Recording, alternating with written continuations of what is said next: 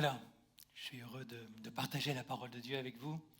Si je devais donner un titre, je dirais connaître Dieu. Alors, évidemment, je n'ai pas la prétention en une demi-heure de vous expliquer comment connaître Dieu. Des auteurs ont essayé, ont écrit, je dirais depuis des siècles, et ont essayé de montrer, de nous donner des outils, des clés peut-être pour connaître ou mieux connaître Dieu. Mais en tout cas, ça va être l'objectif de ce que je souhaite tout simplement partager avec vous ce matin. Je voudrais partir d'une référence d'un évangéliste qui est très connu, John Wesley. Peut-être vous avez entendu parler de lui. Loïc me disait à l'instant qu'il venait de lire un livre de lui pendant cette semaine. C'est un évangéliste qui a amené au Seigneur des milliers, des dizaines de milliers peut-être, je ne sais pas, en tout cas énormément de monde, et dont la parole était vraiment importante, puissante. Et voilà ce qu'il dit John Wesley. Quand j'étais jeune, je pensais tout savoir. Quelques années plus tard, m'étant trompé bien des fois, je n'étais plus si sûr de ce que je croyais auparavant. Et aujourd'hui, je n'ai plus beaucoup de certitude. Il dit ça vers la fin de sa vie. Si ce n'est la révélation de Dieu dans mon cœur. La révélation de Dieu dans mon cœur. Et je voudrais nous poser la question ce matin, est-ce que nous avons la révélation de Dieu dans notre cœur? Je ne parle pas d'une connaissance qui nous permet de dire ou d'affirmer que Dieu existe quelque part, ni même que Dieu m'aime, mais je parle de la révélation de Dieu dans mon cœur, dans ton cœur. Et on va essayer d'aller un petit peu plus loin sur cette thématique, si vous voulez bien. Il semble qu'il y ait 3 modes de connaissances par lesquels on puisse découvrir le monde qui nous entoure. Le monde matériel et puis le monde spirituel. Alors je vais leur donner des mots. Peut-être vous pourrez donner un autre terme, ce n'est pas ça l'important finalement, mais ce sont 3 mots que je vais utiliser simplement pour essayer de vous définir, en tout cas ce que je souhaite partager avec vous. On pourrait parler de mode instinctif, qui serait plus lié à notre corps. On pourrait parler de mode rationnel, cette fois-ci, qui serait lié à notre âme. Et on pourrait parler d'un dernier mode qui serait le mode intuitif, qui lui serait lié à notre esprit. Donc mode instinctif, mode rationnel et mode intuitif. Et voilà juste les 3 termes que je vais utiliser. Encore une fois, ce sont des mots, mais on a bien besoin de mots pour se faire comprendre. Alors je vais rapidement définir le mode intuitif et le mode rationnel, et puis ensuite aller plus loin dans ce qu'on peut appeler le mode intuitif, qui est le plus intéressant pour nous ce matin. Mais déjà, je pense qu'il nous faut poser quelques bases. Mode instinctif, vous le savez bien, c'est celui qu'on partage avec les animaux. Et on a tous des besoins fondamentaux auxquels on répond de manière innée, c'est-à-dire on n'a pas appris ces choses-là. Elles sont en nous dès notre création, dès notre naissance. Mode instinctif. On a des besoins fondamentaux, vous le savez bien, comme dormir, manger, être en sécurité, et notre corps a reçu de manière innée des réponses permettant de répondre justement à ces besoins. Notre corps est programmé, créé par Dieu pour donner des comportements ou des réponses adéquates en fonction de besoins. La raison n'intervient pas. Et par exemple, lorsqu'on est en danger, vous savez qu'on a des réflexes d'adrénaline en nous, dans notre corps, qui vont nous donner ce qui nous est important pour faire face au danger. On ne réfléchit pas, on ne commande pas notre corps.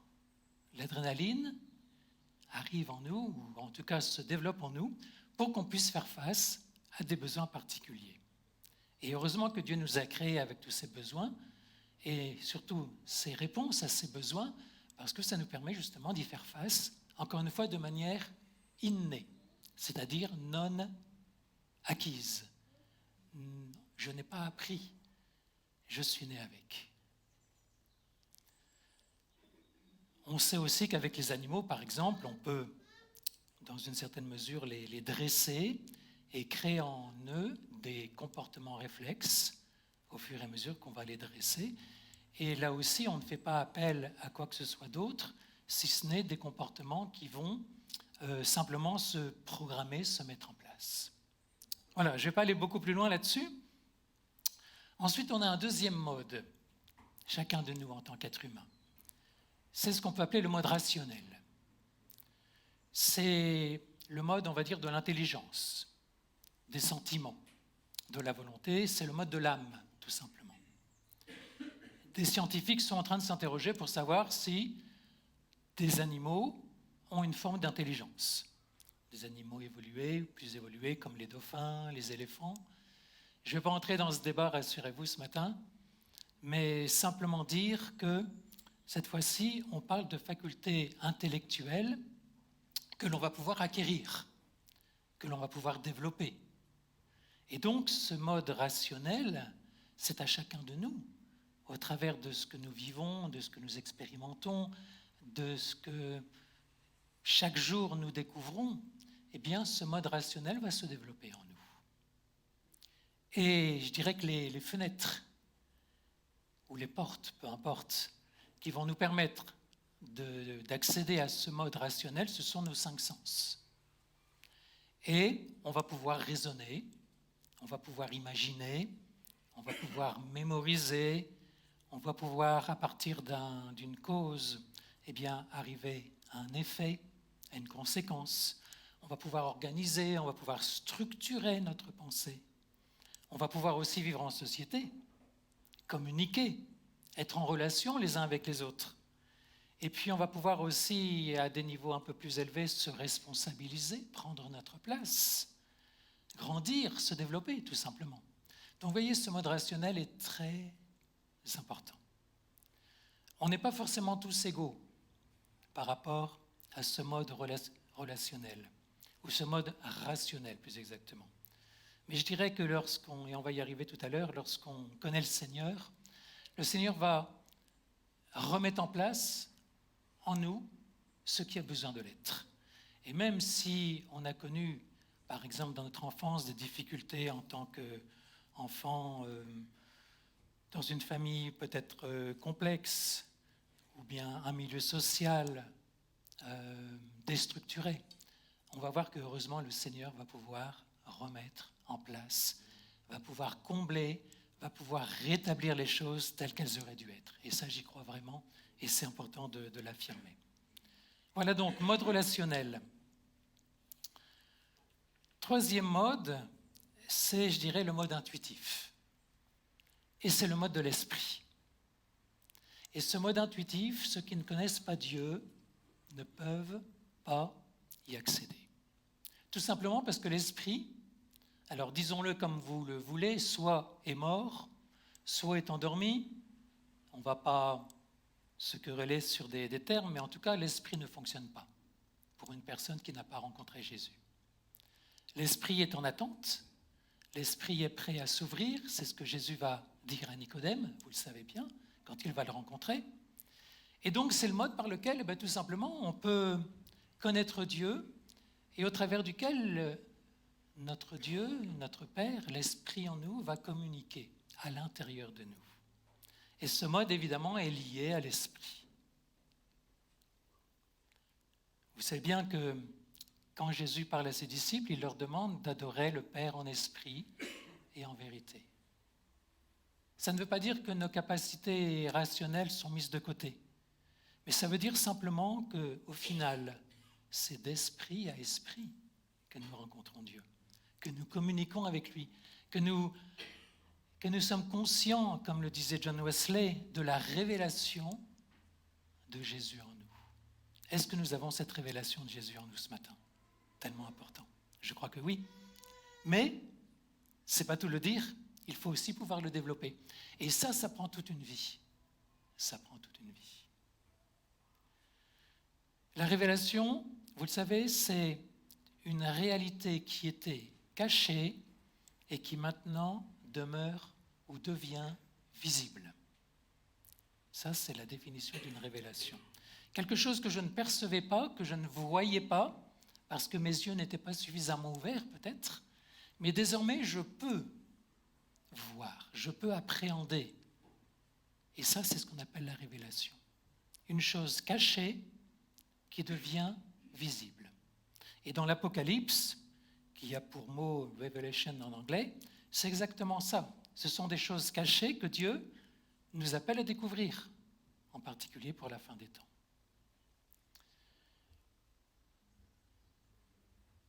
Je dirais que le mode rationnel, il est souvent progressif. C'est-à-dire à force de travailler, à force de chercher, à force de développer mes capacités relationnelles, intellectuelles, affectives, je vais développer le mode relationnel. Le mode intuitif, par contre, peut être extrêmement rapide. Il peut être instantané. Il peut être immédiat. Et lorsqu'on s'éveille aux choses de Dieu, la révélation nous fait découvrir parfois d'un instant à l'autre qui est Dieu. Vous savez comment Job termine, ou plutôt comment le livre de Job est terminé, ou se termine. Mon oreille avait entendu parler de toi. J'avais mis du temps à comprendre, à chercher, à découvrir. Mais maintenant, la suite, vous la connaissez. Maintenant, mon œil t'a vu. C'est-à-dire que mon œil spirituel, d'un seul coup, a découvert qui était Dieu, qui était Jésus. Et je pense que nombreux ce matin pourraient dire que vous avez eu la révélation dans votre cœur, la révélation spirituelle. Ça ne veut pas dire que le mode rationnel a été mis de côté, mais ça veut dire surtout qu'il a laissé la place au mode intuitif, le mode de la révélation de Dieu. Alors, ces trois modes sont nécessaires.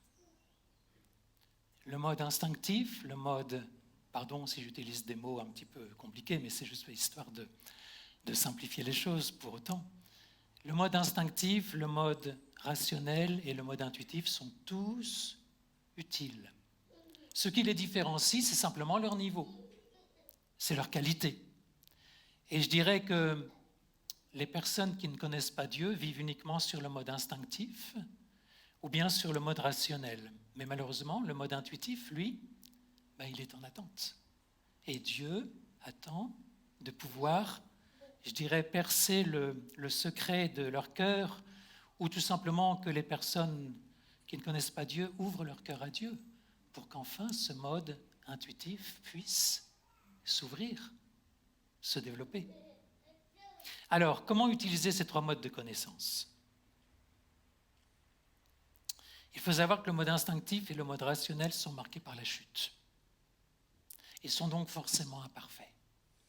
Et ce n'est uniquement quand on sera dans la gloire de Dieu que les choses seront parfaitement rétablies. Mais ces deux modes-là ne sont plus tels que Dieu les avait créés. Et si vous doutez de ce que je vous dis, regardez le monde autour de vous.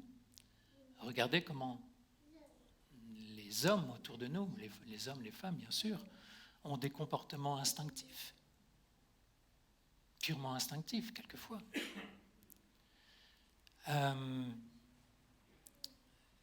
Tout cela doit être maîtrisé.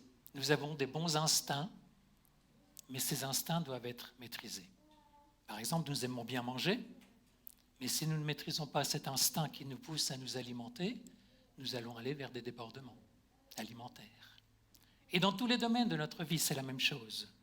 Nous avons besoin de maîtriser ce mode instinctif, sinon nous allons laisser libre cours à nos instincts, un petit peu comme des animaux, tout simplement. Et le Seigneur nous appelle justement, au travers du fruit de l'esprit, à prendre garde et à ne pas laisser notre mode instinctif l'emporter. Je pourrais vous donner 1000 exemples, mais je pense que vous les connaissez aussi bien que moi, des dérives qu'une vie basée uniquement sur ce que j'aime faire, ce que je veux faire, maintenant et tout de suite et comme je veux et quand je veux et où je veux, voilà le mode instinctif, là où il va nous, malheureusement, égarer.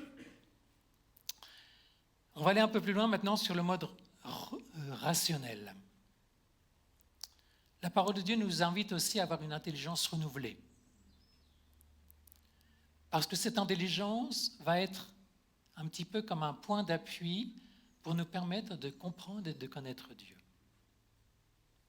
Alors, une intelligence bien faite, une mémoire qui fonctionne bien, une imagination fertile, un sens artistique développé, tout ça, ça fait partie du mode rationnel, du mode de l'âme. Et c'est autant de cadeaux que Dieu nous donne. Alors, à partir de maintenant, je vais vous proposer de lire un certain nombre de versets qui vont nous permettre d'aller un petit peu plus loin. On va lire d'abord dans 1 Corinthiens 1, au verset 20. 1 Corinthiens 1, verset 20. Pour nous montrer simplement que ce mode rationnel est important, mais il n'est qu'une étape pour aller plus loin. Voilà ce que dit Paul. Où est le sage? Où est le scribe? Où est le disputeur de ce siècle? Dieu n'a-t-il pas convaincu de folie la sagesse du monde? Ce monde, comme je le disais, est déchu, et ce monde ne nous permet pas, je dirais uniquement par le mode rationnel, d'acquérir la connaissance de Dieu. Il peut nous donner des points de repère pour nous montrer que Dieu existe, que la création, telle qu'on peut la découvrir, l'observer, atteste de la réalité d'un créateur. Il peut nous permettre de raisonner en nous disant tout simplement, il y a bien un Dieu quelque part qui a créé l'univers, qui nous a créés. Mais ce mode relationnel n'est pas suffisant néanmoins. Je vous propose de lire Proverbe 14, 12 également, un verset fort important. Proverbe 14, 12. Telle voie paraît droite à un homme, c'est-à-dire à sa raison, mais son issue, c'est la voie de la mort. Voilà un verset qui doit nous faire réfléchir. Je peux de bonne foi m'appuyer sur ma raison, mon intelligence, mes sentiments, tout ce que j'ai acquis, et en même temps me tromper. Sincèrement, me tromper. Tout cela parce que si Dieu ne m'éclaire pas, je peux m'égarer de bonne foi. Alors on va voir que le mode intuitif, lui, est absolument indispensable. Et on va lire dans 1 Corinthiens 2, un texte qui pour moi est tellement important. 1 Corinthiens 2, l'apôtre Paul qui parle encore une fois à partir du verset 6. Voilà ces versets, et je vous invite encore peut-être cette semaine à les lire et relire, parce qu'ils vont nous parler de la possibilité de connaître Dieu. C'est une sagesse que nous prêchons parmi les parfaits, sagesse qui n'est pas de ce siècle, ni des chefs de ce siècle, qui vont être anéantis. Nous prêchons la sagesse de Dieu, mystérieuse, cachée. Voyez ces mots, mystérieuse, cachée.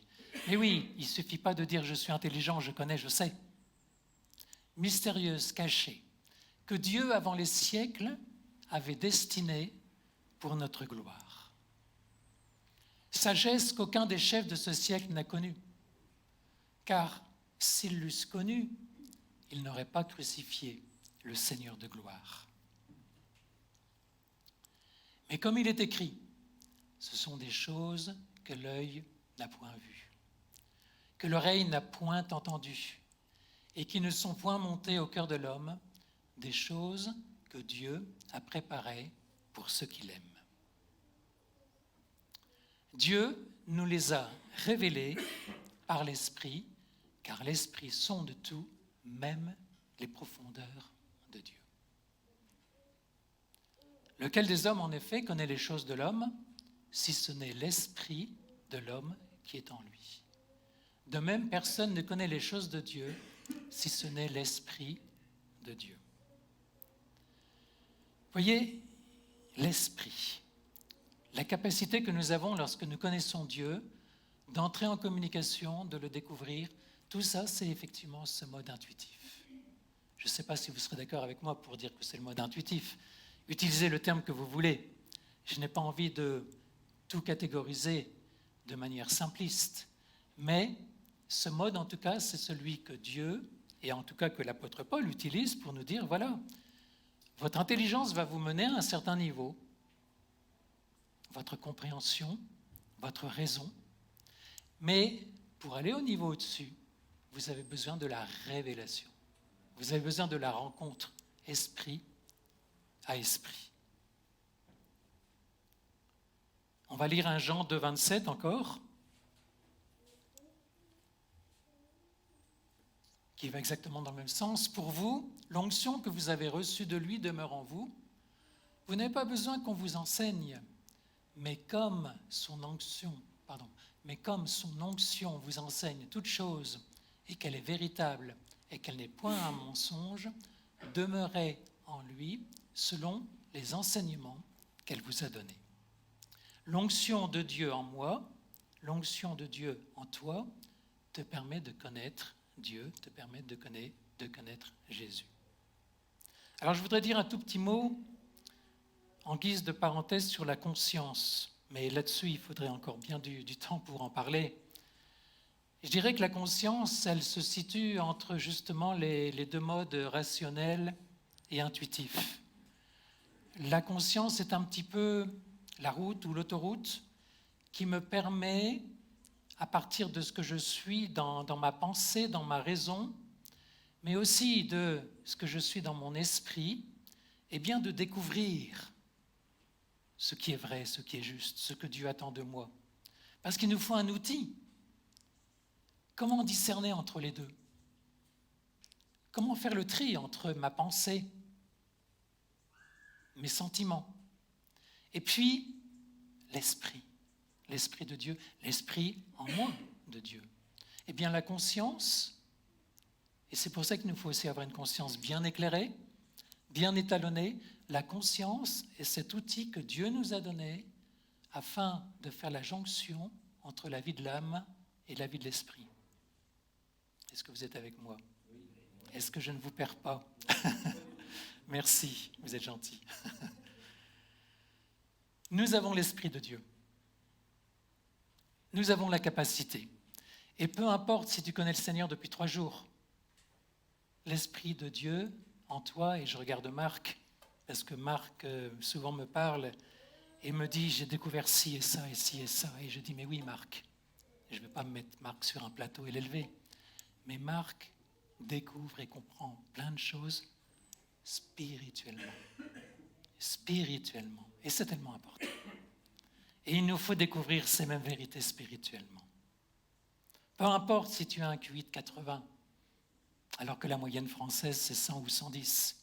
C'est pas ça qui compte. Et tant mieux si tu as un QI de 150. Quoique quelquefois, quand on a un QI de 150, on a d'autres difficultés. Notamment quand on est enfant, parce qu'on est totalement décalé. On est totalement sur une autre planète. On a un QI de 150, mais ben voilà. Peu importe, c'est une petite parenthèse. Notre intelligence renouvelée, avec notre conscience, nous permet de comprendre et de connaître la pensée de Dieu. Alors, je n'ai pas de secret ou de mystère à vous dévoiler pour vivre selon l'Esprit, si ce n'est de passer du temps dans la présence de Dieu, si ce n'est de développer votre amitié avec Jésus. Et vous allez voir que comme un outil qui se perfectionne, qui se développe, eh bien cet outil va être de plus en plus affiné et que le Seigneur va vous parler par révélation. Le Seigneur va vous faire grandir, va vous faire progresser. Et je m'adresse à toutes les personnes peut-être qui connaissent le Seigneur depuis quelques mois. On a eu la chance et l'honneur et le plaisir d'avoir des nouveaux baptisés. Le Seigneur veut prioritairement développer cet esprit de révélation dans ton cœur au travers de ton esprit. Un jour, on connaîtra parfaitement. C'est ce que nous dit Apocalypse 22, 5. Apocalypse 22, 5.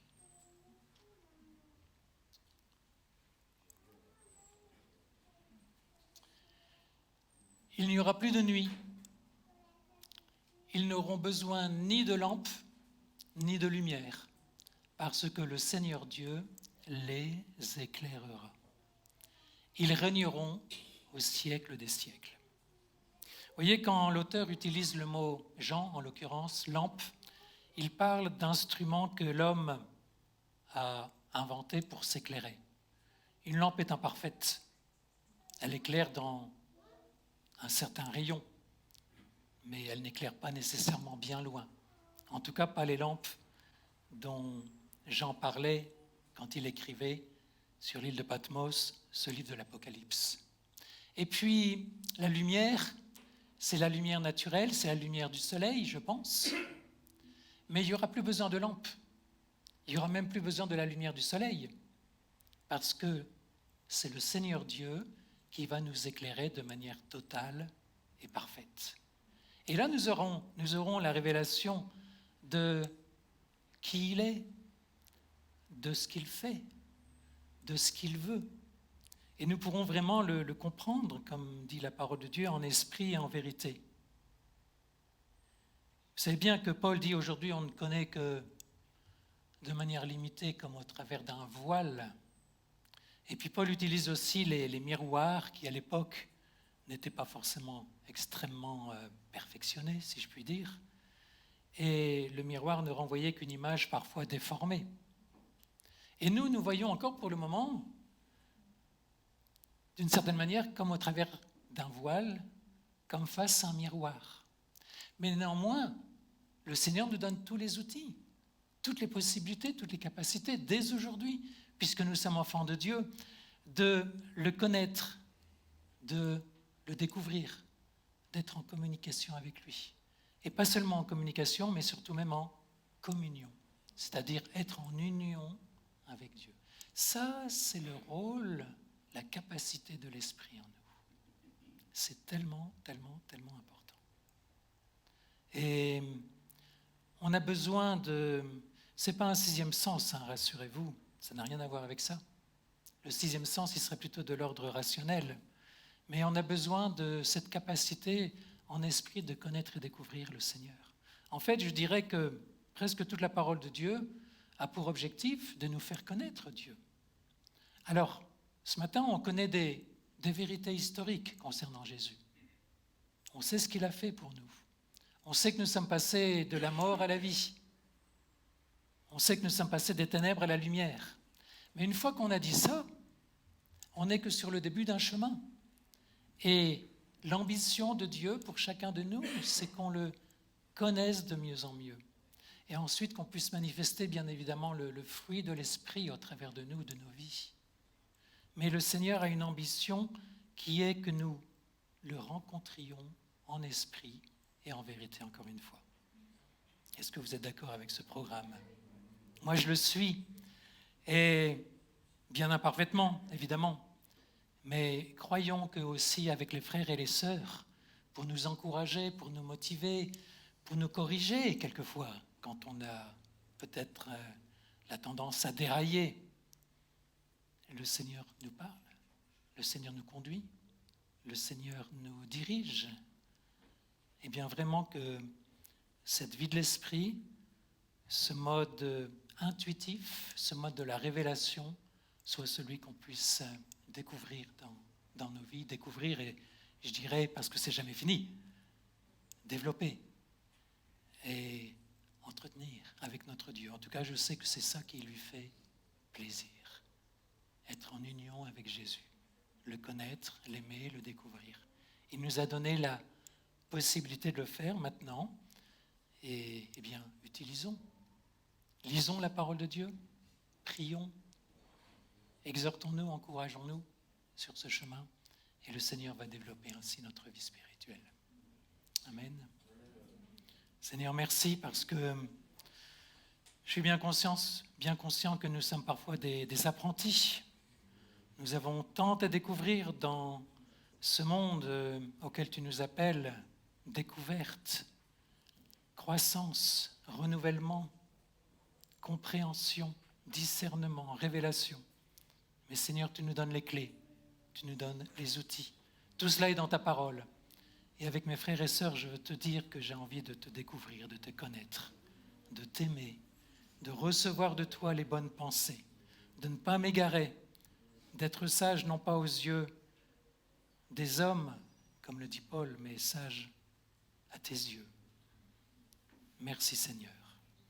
Apprends-nous à avancer, à progresser. et à marcher avec toi fidèlement. Amen. Amen.